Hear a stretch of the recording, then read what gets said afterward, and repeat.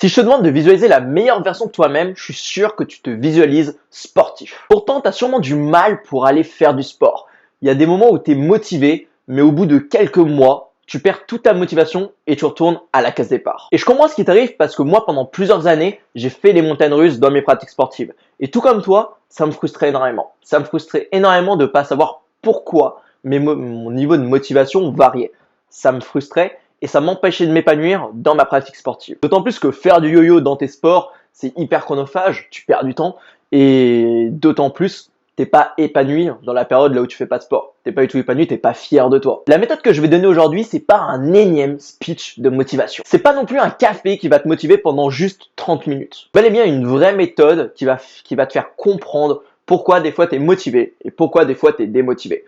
Pourquoi des fois t'as juste envie de courir un semi-marathon et des fois, même courir 10 mètres, ça serait pas possible. Peu importe le sport que tu fais, cette méthode, elle va te faire comprendre et te mettre en face des vraies raisons qui te poussent à faire du sport et qui te poussent à te démotiver à chaque fois. Ces questions que je vais te poser, c'est juste pour moi l'élément révélateur parce qu'il m'a permis de ne plus avoir toutes ces variations dans ma pratique sportive et de vraiment m'épanouir et de me dépasser. La première question que j'ai à te poser, c'est est-ce que le sport est un plaisir pour toi? Est-ce que concrètement, tu prends du plaisir à faire le sport que tu pratiques? Peu importe le sport que c'est. Est-ce que tu prends du plaisir? Est-ce que c'est quelque chose de plaisant pour toi de le faire? Et si c'est pas plaisant, demande-toi pourquoi tu le fais. Est-ce que tu le fais pour les autres? Est-ce que tu fais pour l'image que tu vas avoir? Par exemple, si tu fais de la musculation, est-ce que tu fais pour l'image que tu vas avoir peut-être dans un an? Est-ce que tu le fais pour l'image? Par exemple, si tu fais un sport assez populaire, est-ce que tu le fais pour l'image que va te donner ce sport? Est-ce que tu le fais pour la santé? Est-ce que tu le fais pour être en meilleure santé? Trouve-toi vraiment un sport qui te motive juste de par le simple fait de le faire. Au-delà de la santé, au-delà de l'image que ça va te donner, même si c'est important, trouve un sport dans lequel tu t'épanouis juste en le faisant et pour lequel vraiment tu as envie de pratiquer sans aucun résultat. La deuxième chose qu'il va falloir que tu mettes en place dans ton processus, c'est les objectifs. On a tendance à pas se fixer à ces objectifs. Et quand tu vas commencer à t'en fixer, tu vas vraiment trouver une raison dans ta pratique. Tu vas trouver une raison pour laquelle tu fais du sport. Mais je te demande pas de faire des objectifs comme tout le monde va te le dire. Je vais pas te lâcher dans le grand bain en te disant OK, trouve des objectifs. Ces objectifs, il y a des méthodes pour les trouver. Il y a des méthodes pour qu'ils soient motivants. Et pour ça, je te conseille de faire deux types d'objectifs. Premièrement, tu as les objectifs qui sont vraiment à court terme. Ça peut être de quelques heures, ça peut être ta prochaine séance, ça peut être jusqu'à 2-3 semaines. Et tes objectifs long terme, ça peut être 1 an, 2 ans, 5 ans, 10 ans. Je sais pas du tout où t'en es. Et ces objectifs, ils vont te permettre de trouver un sens à ta pratique. Et aussi de faire des entraînements qui vont dans le sens de tes objectifs. Ça va vraiment prendre un sens pour toi. Et ça va aussi te permettre de garder un œil sur ta progression. De vraiment te rendre compte que tu progresses. Parce que généralement, par exemple, si tu fais de la musculation, tu vas pas te voir plus musclé de jour en jour. Tu vas pas te voir, si tu fais de la course à pied, tu vas pas te voir plus endurant juste en touchant ton cœur. Tu vas pas voir qu'il peut pomper plus de sang. C'est pas possible. C'est quelque chose assez intangible. Du coup, garder vraiment cette image de progression, cette image d'objectif, ça te permet de garder un œil sur ta progression et ça va vraiment te motiver. Dans les objectifs, tu peux aussi avoir une personne qui t'inspire, genre un modèle que peut-être pas forcément un mentor, si t'es pas à l'aise avec cette idée, mais plutôt un modèle, vraiment quelqu'un qui est capable, qui sait faire les choses que tu as envie de faire et quelqu'un que tu vas un peu idolâtrer au final, ça va te permettre de vraiment rester motivé car tu vas voir que c'est possible. Si quelqu'un l'a fait, t'en es capable aussi. Troisième point du processus, c'est la structure de tes entraînements. Si t'es pas consciencieux, si t'es pas structuré dans tes entraînements, je suis désolé de te le dire, mais tu vas juste foncer droit dans le mur. Tes entraînements ne vont pas être efficaces. Tu vas peut-être progresser, tu vas peut-être avoir envie de faire du sport. Moi, pendant très longtemps, je me suis dit, je vais pas du tout planifier mes entraînements.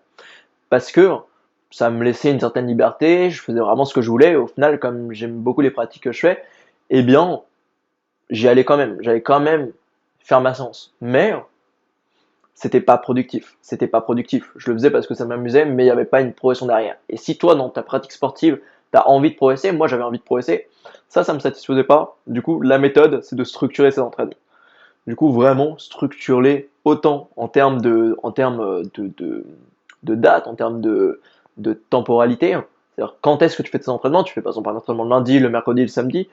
Tu peux mettre des jours et des heures sur tes entraînements et tu peux aussi structurer le contenu de tes entraînements.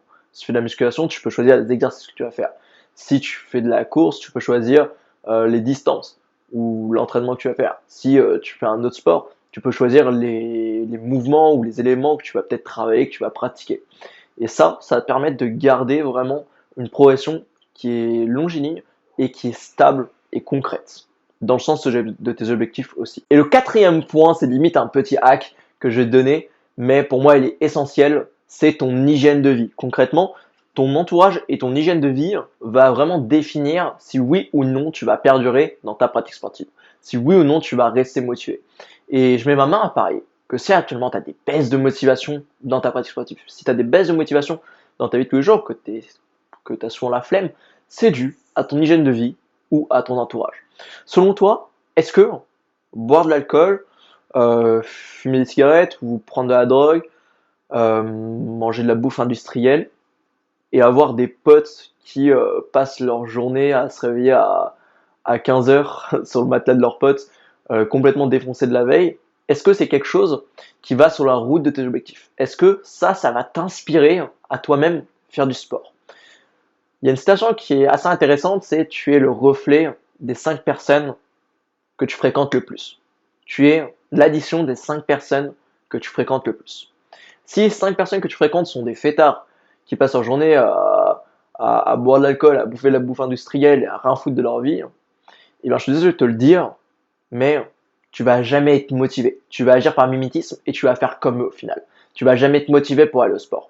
Tu vas jamais te motiver pour enfin avoir une hygiène de vie qui se corrèle au sport.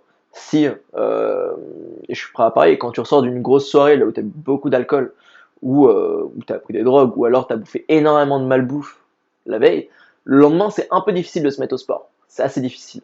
Et c'est le genre de choses qui à terme va faire que ta motivation est juste en train de faire un énorme bas, un énorme drop, et t'as plus de motivation. Du coup, concentre-toi à refaire ton entourage. Je ne dis pas de refaire forcément tout ton entourage, de revoir tous tes amis, même si c'est quelque chose qui est faisable, que personnellement moi j'ai fait, mais tu peux le mettre en place plus ou moins de manière contrastée en juste choisissant les gens que tu vas fréquenter, choisir les gens que tu vas fréquenter le plus, et de faire des nouvelles relations, des potes de sport, des potes qui vont faire souvent du sport, des potes qui vont faire des choses intéressantes de leur vie. Ça te permet d'aller de l'avant et enfin de plus subir ces bas émotionnels, ces bas en termes de motivation. Alors comme tu as l'habitude, cette vidéo c'est pas une vidéo de divertissement, c'est une vidéo pour que tu passes à l'action. Et pour que tu passes à l'action, le concept de cette chaîne c'est vraiment de te donner un défi à chaque vidéo. Et là le défi que j'ai à te donner, c'est de fixer tes objectifs dans 3 semaines par rapport au sport que tu pratiques.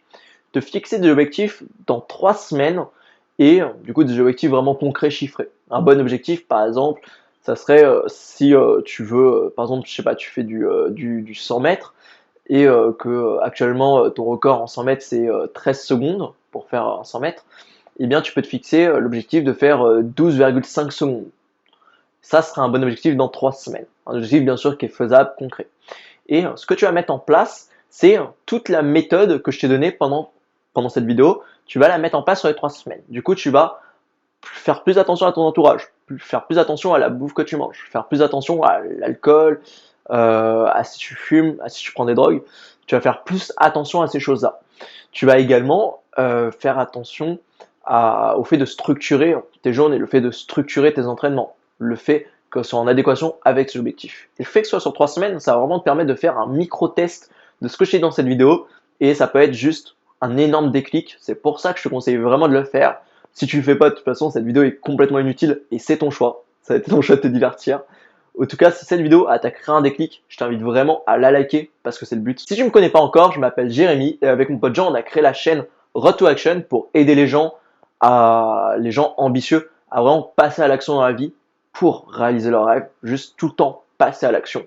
Et du coup, si tu partages notre philosophie de vie, que vraiment toi tu as envie de nous rejoindre, tu as envie aussi de passer à l'action, tu as envie à chaque vidéo de voir les défis qu'on peut te donner, si tu as envie de progresser dans ta vie et que tu es ambitieux, que tu en veux juste plus, que tu es motivé, je t'invite à t'abonner à la chaîne pour ne louper aucun de nos contenus et on se retrouve dans une prochaine vidéo.